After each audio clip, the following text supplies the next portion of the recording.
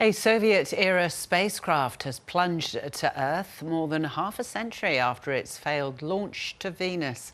Russia's space agency believes the Kosmos 482 lander made an uncontrolled re-entry over the Indian Ocean, but European and US agencies say they're still unsure of its exact location.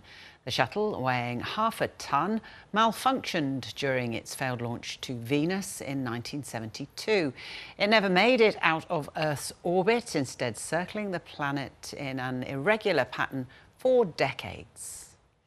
Well, astronomer and astrobiologist from the University of Southern Queensland, Jonty Horner, joins us now live. Very warm welcome to you. Let's start at the beginning then. Why did Kosmos 482 fail? Well, something went wrong. It was during the second stage of the rocket, and at that time, spaceflight was significantly riskier than it is today. Things went wrong more often because we had less practice, essentially. Something failed on the second stage, so instead of blasting off, leaving orbit around the Earth and going into orbit around the Sun, it instead ended up on this really elongated orbit around the Earth. At its closest, it was about 10,000 kilometers away. And ever since then, it's been uncontrolled, no motors, no rockets, just gradually spinning inwards very slowly over time. And what's drawn it in to Earth's atmosphere then? Well, the Earth's atmosphere doesn't have a hard stop to it. It's not like a football, which is there and then it isn't. The atmosphere just gets thinner and thinner as you get further from the Earth. And so even 10,000 kilometers up, this thing's feeling a little bit of a headwind. So every time it comes into its closest approach around Earth, feels that little bit of a headwind and slows imperceptibly, which means it spirals in a tiny little bit. Now, the closer in you get, the more air there is, so the stronger the headwind gets. And that's why over the last couple of weeks, it's had this kind of death spiral thing going on where every swing past it got closer to the Earth and closer to the Earth until eventually yesterday it got too close and burned up in the atmosphere, tried to burn up and probably made it to the surface. Right, that was going to be my next question. So it's very possible that it's fragments rather than one big unit.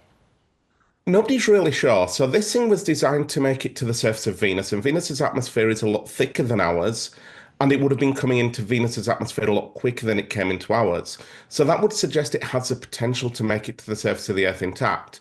On the flip side, it's been orbiting the Earth for 53 years, so it's had a lot of time to degrade, to become less well put together than it was originally. And so if there were any cracks, if there were any faults with it, then it's quite likely that it could have fragmented high up in the atmosphere. Now, if it had come in over land, we'd have got footage and we'd be able to tell which of those things happened. But given that it's come in over the Indian Ocean, as best as people can tell, there's nobody out there getting video footage and putting it on YouTube or other sites. And so we don't really have a feel for whether it did fragment or whether it stayed intact. And if it stayed intact, it will have made it to the surface of the Earth. In doing some research for talking to you, Jonty, I was intrigued about the Cold War space race and Russia sending numerous intentional spaceships up to Venus. What was the attraction? It's really interesting that there was this bit of a division. Russia tried a couple of times to go to Mars, but never really had great success, whilst the Americans kind of made Mars their own. But Russia, well, the Soviets, as they were at the time, targeted Venus. And I've always found it kind of interesting that there was this division where one side chose one planet and one side chose the other, effectively. But Venus remained very much the domain of the Soviets. And they did have success. Other missions actually made it to the surface of Venus, which is about as inhospitable a place as you can imagine. It's hot enough to melt lead. The atmosphere is 90 times the pressure of the atmosphere here on Earth. So you need some really significant engineering to survive on the surface at all. And they did return photos and data back from Venus' surface, which is an incredible achievement. But missions like this one kind of show really that it wasn't all plain sailing, I guess.